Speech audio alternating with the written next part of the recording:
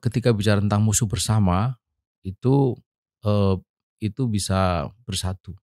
Tapi begitu musuh bersama itu sudah hilang, maka yang acap terjadi itu kemudian memandang yang semula kawan itu menjadi lawan. Terutama ketika sudah berbicara tentang kekuasaan dan kemudian perebutan kekuasaan. Termasuk pengaturan negara. Ya, begitu termasuk ketika berbicara ini negara mau diatur dengan cara apa gitu. Jadi ada dua.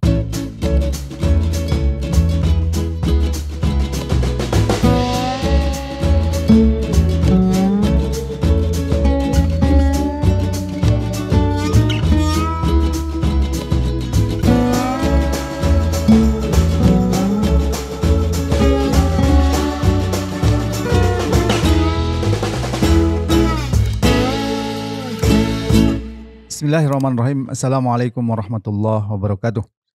Pemirsa yang dirahmati Allah Subhanahu wa taala, kembali kita bertemu dalam program Focus to the Point. Ahad 8 Desember 2024 menjadi hari yang bersejarah dan istimewa bagi rakyat Suriah. Pada tanggal itu, Bashar Assad, diktator keji yang telah berkuasa lebih dari 24 tahun, melarikan diri ke Rusia, ditumbangkan oleh para pejuang-pejuang yang ingin membebaskan diri dari penindasannya. Untuk itu kita akan membahas masalah ini dengan Ustadz Ismail Yusanto. Assalamualaikum Ustadz. Waalaikumsalam warahmatullahi wabarakatuh. Analisis siapa yang bermain di belakang krisis Suriah ini sudah banyak. Yeah. Yang jadi pertanyaan penting sekarang ini adalah bagaimana menurut Ustadz Ismail masa depan Suriah ini? Ya, baik. Bismillahirrahmanirrahim. Assalamualaikum warahmatullahi wabarakatuh.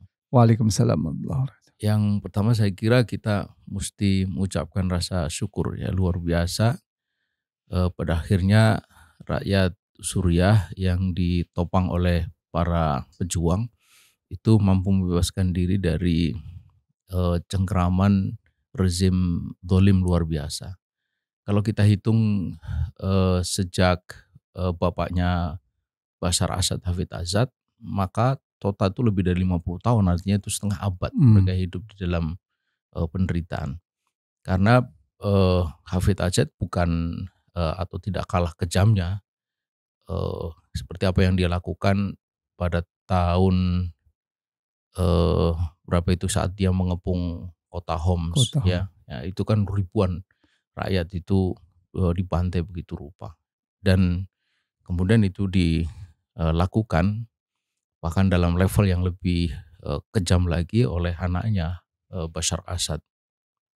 Jadi saya kira ini satu hal yang patut untuk disyukuri bahwa penguasa tiran dimanapun, sekuat apapun mereka mencoba untuk bertahan, sekeras apapun mereka mencoba menakut-nakuti rakyat, di antaranya itu ada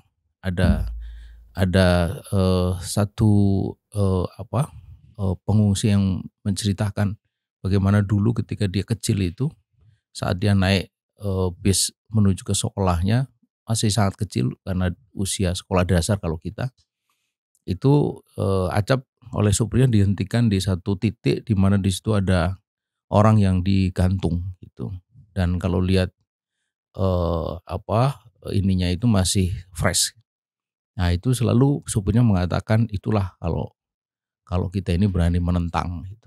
Jadi di kecil itu sudah ditakut-takuti. Dan mungkin saja tak sedikit yang memang betul takut, tapi saya kira momen 8 Desember kemarin itu menunjukkan bahwa rasa takut itu sampai pada titik kulminasi yang kemudian berujung pada tumbangnya rezim despot, rezim diktator, rezim yang sangat keji, yang tak terpikirkan oleh karena yang dibunuh itu bukan hanya mereka yang sebutlah menentang secara politik, tapi juga perempuan, bahkan anak-anak juga gitu. Jadi saya kira ini satu hal yang juga menunjukkan kepada kita dalam sejarah kontemporer maupun secara lama tidak ada despot itu yang bisa bertahan terus-menerus itu ya. Jadi mungkin saja dia bisa puluhan tahun bertahan, tapi tidak ada yang bisa bertahan terus-menerus, pada akhirnya akan tumbang. Ya, tapi kalau kita melihat ya dalam banyak proses perubahan ya, misalkan di Afghanistan ketika para mujahidin berhasil mengusir tentara Soviet ya. Ya. Tapi ketika kekuasaan ada di tangan mujahidin, di tangan kelompok-kelompok perlawanan terhadap penjajah, namun ternyata terjadi pergolakan di antara kelompok-kelompok perlawanan begitu. Apakah ini juga mungkin terjadi di Suriah? Ya, kita tentu berharap tidak ya. Tetapi dari pelajaran itu masih mungkin terjadi atau bahkan mungkin sangat mungkin terjadi oleh karena ketika bicara tentang musuh bersama itu bisa bersatu. Tapi begitu musuh bersama itu sudah hilang, maka yang acap terjadi itu kemudian memandang yang semula kawan itu menjadi lawan. Terutama ketika sudah berbicara tentang kekuasaan dan kemudian perebutan kekuasaan. Termasuk pengaturan negara. Ya, termasuk ketika berbicara ini negara mau diatur dengan cara apa gitu. Jadi ada dua, siapa yang berkuasa dan mau diatur dengan cara apa atau dengan sistem apa gitu. Nah inilah saya kira yang penting untuk diwaspadai oleh rakyat dan para pejuang di Suriah ini hari gitu. Karena satu perjuangan itu sudah dicapai menumbangkan rezim despot, tetapi perjuangan belum berhenti, yaitu bagaimana mewujudkan pengaturan kehidupan masyarakat dan negara Suriah ke depan ini. Ya, bagaimana supaya apa yang terjadi di Afghanistan itu tidak berulang? Ya, karena itu harus ada semacam common platform gitu. Jadi titik yang mesti dijadikan sebagai landasan bersama, dan titik itu mestinya itu tak lain adalah Islam. Mengapa? Karena Suriah itu negeri Islam, dia bagian dari Syam.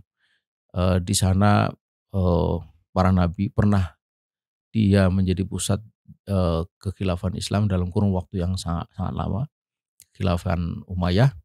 Kemudian pernah tegak peradaban Islam begitu panjang. Lalu kegemilangan Islam juga tampak di sana. Karena itu kalau kita bicara tentang common platform itu mestinya tak lain adalah Islam. Tapi ketika kita bicara tentang common platform Islam, maka di titik itulah ada ATHG, ancaman, tantangan, hambatan, rintangan, dan gangguan yang itu akan muncul dari dua arah. Yang pertama dari eksternal. Kita tahu bahwa ada banyak kepentingan di sana. Suriah itu meskipun itu negara yang secara Suriah itu tidak terlalu besar, tetapi strategis ya. Karena dia punya akses ke titik yang paling krusial ini hari itu Palestina. Kemudian sumber daya alam juga masih cukup melimpah, minyak gas. Kemudian juga menjadi titik atau menjadi wilayah yang tidak bisa tidak kalau kita ingin menyalurkan gas ke dari wilayah timur ke wilayah barat itu melalui wilayah itu. Apalagi kalau mau ke Israel.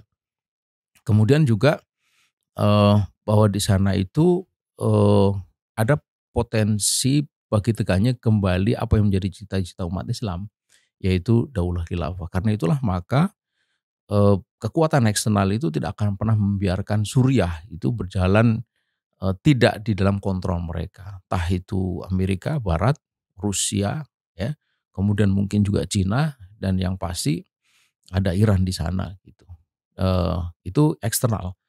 Kemudian ada Israel, dan kita tahu bahwa Israel buru-buru kemudian merapat kan, dia sudah menembus ke dataran tinggi Golan. Itu satu titik yang sangat strategis baik bagi Israel maupun bagi Suriah gitu, karena itu titik yang menjadi interseksi antara Suriah dan Israel, dan lama sekali mereka berebut dataran tinggi Golan itu. Kemudian yang kedua adalah kekuatan internal yang kita tahu bahwa sepanjang lebih dari 50 tahun keluarga Bashar itu, keluarga Assad itu memimpin, itu dia memimpin dengan ideologi Ba'ath yang sangat sekuler, kiri ya, sosialis, dan bahkan dari segi agama juga banyak yang menilai bahwa dia itu bukan Islam gitu. Alawiyin itu adalah agama bastar antara Kristen dan Syiah gitu. Kita pernah jumpa dengan tokoh dari Suriah, itu ada banyak masjid yang ditulisi Bukan la ilaha illallah, tapi la ilaha illa bashar. Nah, tidak ada ilah kecuali bashar. Jadi ada kekuatan-kekuatan pro bashar ya, dari segi politik maupun dari segi agama. Kemudian juga ada kekuatan-kekuatan pro, entah itu barat atau pro Rusia, kekuatan-kekuatan sekuler. Nah, ini yang juga masih ada di sana gitu. Karena itu memang saya membayangkan ini tidak mudah gitu. Nah, tentu kita berharap, kita berdoa bahwa pada akhirnya adalah kekuatan Islam itulah yang akan membawa negeri yang disebut negeri para nabi itu ke arah yang lebih baik. Ya, terima kasih Ustaz Ismail. Ya. Pemirsa, demikian tadi diskusi kita dengan Ustadz Ismail Yusanto. Ada yang pesimis tentang masa depan Suriah karena banyaknya kepentingan yang bermain di sana. Namun sebagai seorang muslim yang beriman, sebagai umat Islam yang yakin akan pertolongan Allah, tentu kita berharap Suriah ke depan adalah Suriah yang lebih baik, yang didasarkan pada Islam. Assalamualaikum warahmatullahi wabarakatuh. Waalaikumsalam.